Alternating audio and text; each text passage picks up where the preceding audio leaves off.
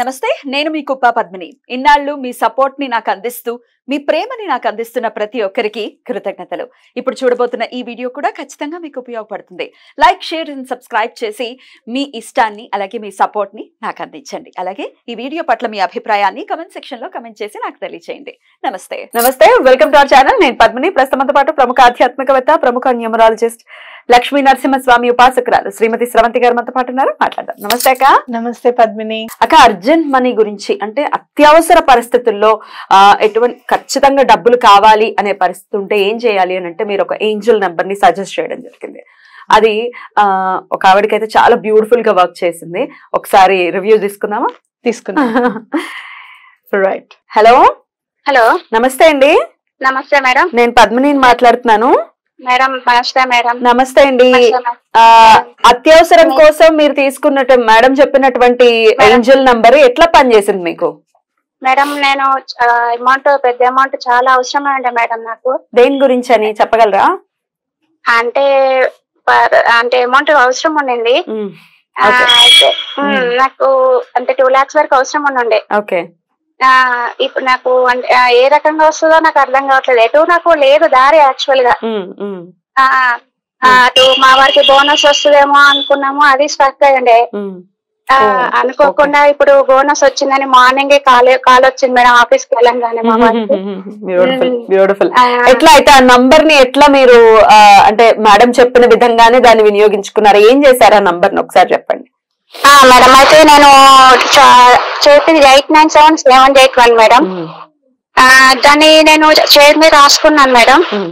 Chair మీద రాసుకొని నేను డైలీ అసలు రోజు నాకు నిద్రలో పడుకున్నా లేవగానే మధ్యరాత్రికి మెడిపోవచ్చిన అదే నెంబర్ నాలుగు మీద తిరుగుతూనే ఉంది. చార్జ్ చేస్తూనే ఉన్నాను. అసలు లేచినా పడుకున్నా అలాగే నాకు అలవాటు అయిపోయింది ఆ నెంబర్ ఇది అనుకోవడం.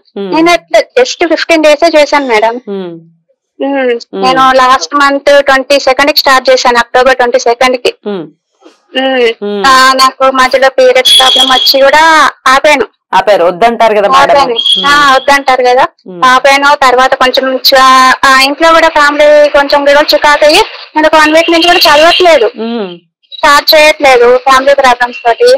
కానీ యూనివర్స్ మాత్రం వదలలేదు మేడం. నాకు మాత్రం ఇచ్చింది. నాకు చాలా మీకు పద్మిని మేడం ఫస్ట్ యూనివర్స్ కి చాలా చాలా థ్యాంక్ యూ మేడం.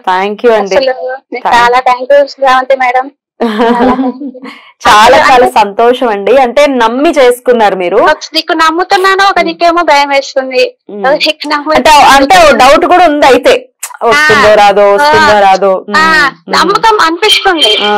మళ్ళీ ఒక దిక్కేమో టెన్షన్, అట్లా వస్తుందా రాదో అని. కానీ అయింది మేడం యూనివర్స్. చాలా చాలా సంతోషం. మీ డబ్బుల కోసం డెఫినెట్ గా ఏదో అత్యవసరమైన పరిస్థితి, డెఫినెట్ గా ఆ పరిస్థితి నుంచి బయటపడ్డారా? పడ్డా madam. Very good. Congratulations. Thank you. ఒకసారి లైవ్ లోనే మేడం కి మరి థ్యాంక్స్ చెప్పేసేయండి. Madam Sravanthi madam. Hello madam, చాలా చాలా థ్యాంక్ యూ మేడం. మీకు యూనివర్స్ కి పద్మిని మేడం గారికి చాలా thank you madam. Very good అమ్మా. నాకు కూడా చాలా సంతోషం అనిపించింది. ఎందుకనంటే యూనివర్స్ మీ మాట వినడము, చక్కగా ఆ డబ్బు అనేది మీకు సమకూరడం, అది కూడా నాకు చాలా సంతోషం. ఏంటో చెప్పనా, అప్పు చేయకుండా మీ డబ్బు మీకు రావడం. అవునా కాదా? అది కూడా ఇప్పుడు అర్జెంట్ మనీ అనగానే అదేదో అప్పు కాకుండా ఇంకా ఎన్నో ఆలోచనలు వస్తాయి కదా, బంగారం పెడదామా, ఎవరినైనా అడుగుదామా, ఇవన్నీ అని కాకుండా మీ డబ్బు మీకు వచ్చింది చూసావా. నాకు చాలా సంతోషంగా ఉంది. మీరు ఏం చేస్తారంటే కొంచెం స్వీట్ లేదా కొంచెం పులిహార తీసుకొని వెళ్ళి గుళ్ళో ఇచ్చేసేయండి. ఎవరైనా ఒక 10 మందికి అన్నదానం చేద్దాం అనుకున్నాను, చేస్తాను, ఇలా కూడా చేస్తాను. చెయ్యమ్మా, తప్పకుండా చెయ్యి. యూనివర్స్ నీకు తప్పకుండా తోడుంటుంది. యూనివర్స్ కి కూడా థ్యాంక్స్ చెప్పు. రేపు పౌర్ణమి, చక్కగా నీకు మంచి సమయం దొరికింది. రేపు పౌర్ణమి నాడు ఈ నెగటివిటీ అంతా తీసేసి మా డబ్బులు మాకు వచ్చినట్టు చేసినందుకు చాలా థ్యాంక్స్ అని చెప్పి యూనివర్స్ కి చెప్పు. ఫస్ట్ నాకు విషయం తెలియగానే కూడా పైకి వెళ్ళి నేను యూనివర్స్ కి థ్యాంక్స్ చెప్పి మీకు కాల్ చేశాను మేడం. వెరీ గుడ్ అమ్మా. మేడం. ఓకే అమ్మా. ఓకే. సో సో బ్యూటిఫుల్ అక్క. ఇట్లాంటి వింటుంటే మనసుకి ఎంత ఆనందం అనిపిస్తుందో. యూనివర్స్ అంటే పాపం ఇంగ్లీష్ రాని వాళ్ళు ఏమనుకుంటారంటే మళ్ళీ ఏదో పాశ్చాత్య దేశాల నుంచి వచ్చేసింది అవి చెప్పేస్తున్నారు అని అనుకుంటారేమో. అలా అనుకోకండి. విశ్వవ్యాప్తమైనటువంటి విష్ణువుకి థ్యాంక్స్ చెప్పడం అని అనుకోవచ్చా? అంతే అంతే. రైట్. మీరు ఆ కంట్రీలో ఎగిరావు కదమ్మా, నువ్వు రావద్దు అని చెప్పే ఏరోప్లేన్ కి చెప్పినట్టు ఉంటుంది. మా పరిధిలోకి వచ్చిన వెంటనే మా ట్రైనే ఎక్కాలి, మా ఏరోప్లేనే ఎక్కాలి అన్నట్టు ఉంటుంది అనమాట. ఒకంత అసహనం అని కాదు, ఒకంత ఆలోచనలకి గురైన సందర్భాలు ఉన్నాయి. అంటే న్యూమరాలజీ సంఖ్యాశాస్త్రం అనేది లేదు అని చెప్పినప్పుడు అయ్యో అంత కరెక్ట్ గా మనం దాన్ని ఫలితం అనుభవిస్తున్నప్పుడు లేదు అనే మాట వినాల్సి వచ్చిందే అయ్యో అని నాకు అనిపించడం. దానికి తగ్గట్టుగా ఆన్సర్స్ అనమాట. ఎవరో ఏదో లేదు అనుకుంటే నువ్వెందుకు బాధపడడం, నువ్వు చెప్పేది నువ్వు చెప్పు, చేసేది వాళ్ళు చేసుకుంటూ ఉంటారు అని చెప్పి ప్రతి ఒక్కళ్ళు చిన్న చిన్న రెమెడీస్ చెప్తూ ఉంటాయి. మొన్న మనం చెప్పిన రెమెడీ కూడా అసలు మీకు చెప్పాలన్న ఆలోచన కూడా ఎందుకు వచ్చింది అని అంటే, వాళ్ళు ఆదివారం స్టార్ట్ చేశారు రెమెడీ, బుధవారం అడ్వాన్స్ వచ్చింది, సోమవారం నాడు రిజిస్ట్రేషన్ అయిపోయింది. ఏ రెమెడీ? ఇది మనం తుమ్మ చెట్టుది కట్టమని చెప్పాం కదా, మట్టి తీసుకొని వచ్చి దాంట్లో చెప్పాము. అది వీడియో మొత్తం చూడాలి. 7 days 8 days పూజ మొత్తం. అది రెమెడీ అంతే. అది మరి ఏంటి అసలు రిలేషన్ ఏంటి? ఎక్కడో గవ్వలేమిటి, మనం అమ్మాల్సిన దగ్గర నుంచి మట్టి తీసుకురావడం ఏంటి, ఆ స్థలం నుంచి చెట్టుకు కట్టడం ఏంటి, చెట్టుకు నూనె పోయడం ఏంటి, ఆ పని అయిపోవడం అంటే ఏంటంటే భగవంతుడు ఎవరో నిజంగా చాలా భగవంతుడే వాళ్ళ రూపంలో వచ్చి రెమెడీస్ రాశారు అని చెప్పి మనం తెలుసుకోవాలి. అది జస్ట్ ఫాలో అవ్వాలి. కేవలం నమ్మకం మాత్రమే ఇన్వెస్ట్మెంట్ అక్కడ, అవునా కాదు? అంతే. తప్పకుండా ఈ నెంబర్స్ ని నమ్మండి. అర్జెంట్ మనీని ఎట్లా యూజ్ చేసుకోవాలి, మనం ఈ అమ్మాయికి ఇచ్చిన నెంబరు కానీ ఈ అమ్మాయి యూజ్ చేసిన నెంబర్, అందరికి చెప్పిన నెంబరు 897781. అలాగే మీరందరూ కూడా మీకు రావాల్సిన డబ్బులు రావాలి అంటే, మీరు ఎవరికైనా అప్పు ఇచ్చారు వాళ్ళు మీకు తిరిగి ఇవ్వట్లేదు అనుకున్నప్పుడు ఏ నెంబర్ ని వాడాలి, అసలు మనం ఫర్గివ్నెస్ టెక్నిక్ అనేది ఉంటుంది, దాన్ని ఎలా మనం చెయ్యాలి అనేది కూడా తప్పకుండా ఒక వీడియోలో తప్పకుండా చెప్తాను.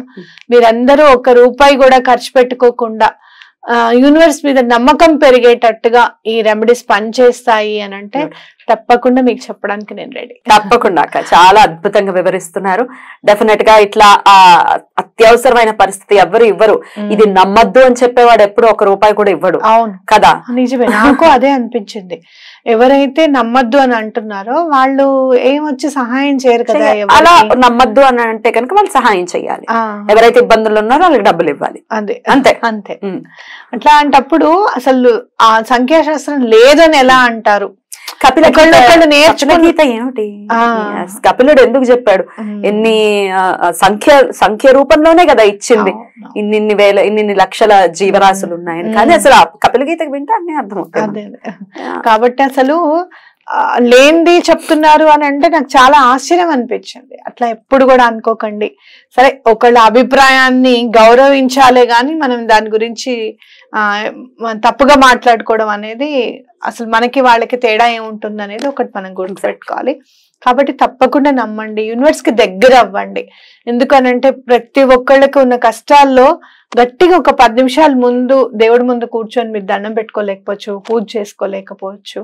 కాబట్టి ఇది మాత్రం భగవంతుడే విశ్వవ్యాప్తమై ఉన్నాడు అని చెప్పి నమ్మండి, విశ్వాన్ని నమ్మండి. అలాగే మేడం వీడియోస్ లో చెప్పేటటువంటి రెమెడీస్ ని జనరల్ గా నేను 2 years నుంచి మీరు పాత వీడియోస్ కూడా చక్కగా చెక్ చేసుకోవచ్చు. ఇది కనుక చేసుకుంటే పక్క వాళ్ళకి ఉపయోగపడేలాగా ఏదో ఒకటి చెప్తారు.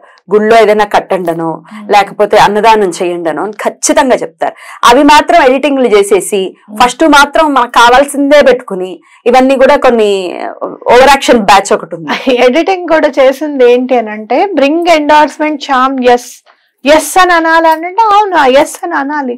ఇప్పుడు నువ్వెవరినన్నా ఏదన్నా అడుగుతావు కావాలా అంటే అవును అంటావు. రెండోసారి అని అంటే అవును అని గట్టిగా అనమా? అట్లానే ఎస్ అనేది గట్టిగా చెప్పాలి. ఎస్ బ్రింగ్ ఎండార్స్మెంట్ చామ్ ఎస్ అని నేను గట్టిగా అన్న తర్వాతనే నాకు హౌసింగ్ లోన్ శాంక్షన్ అయ్యి. నీకు తెలుసు కదా ఎంత తిరిగాము, ఏం చేసాము. కాసేపు అక్కడ అదేమంటారు, మీ ఇల్లు అంత వర్తి కాదంటారు, మనకేమో అంత వర్త్ ఉంది కదా అని అంటే, ఏమోనండి అక్కడ వాళ్ళు ఎవరు అంత చెప్పట్లేదు అంటారు. మనం వెళ్ళి చెప్పించడానికి ఉండదు, వాళ్ళు వచ్చేటప్పటికి మనం ఉంటే మనం చెప్పించామేమో అని ఫీలింగ్. ఇవన్నీ క్రాస్ అయిన తర్వాత ఇవంతా కాదు అని చెప్పినప్పుడు అమ్మవారికి దండం పెట్టుకుని వెంటనే ఆ స్విచ్ బోర్డ్ నాకు కనిపించడము, అది ఎలా చదవాలి అనేది కూడా దాంట్లో క్లియర్ గా రాశారు. ఎస్ అనేది కొంచెం స్ట్రాంగ్ గా చదవండి అని చెప్పి అదే నేను చెప్పాను. అది కూడా తప్పు అని అంటే ఇంకా నేను అది కూడా తప్పు అని అనుకుంటే హోమంలో స్వాహాకారానికి లాస్ట్ లో స్వాహ అని ఖచ్చితంగా అంటారు, అనుదాత ఉదాత ఉదాతలు వచ్చేటట్టుగా కదా. అంత గట్టిగా ఎందుకు అంటున్నారు అని అంటే కదా, అంతేనా కదా.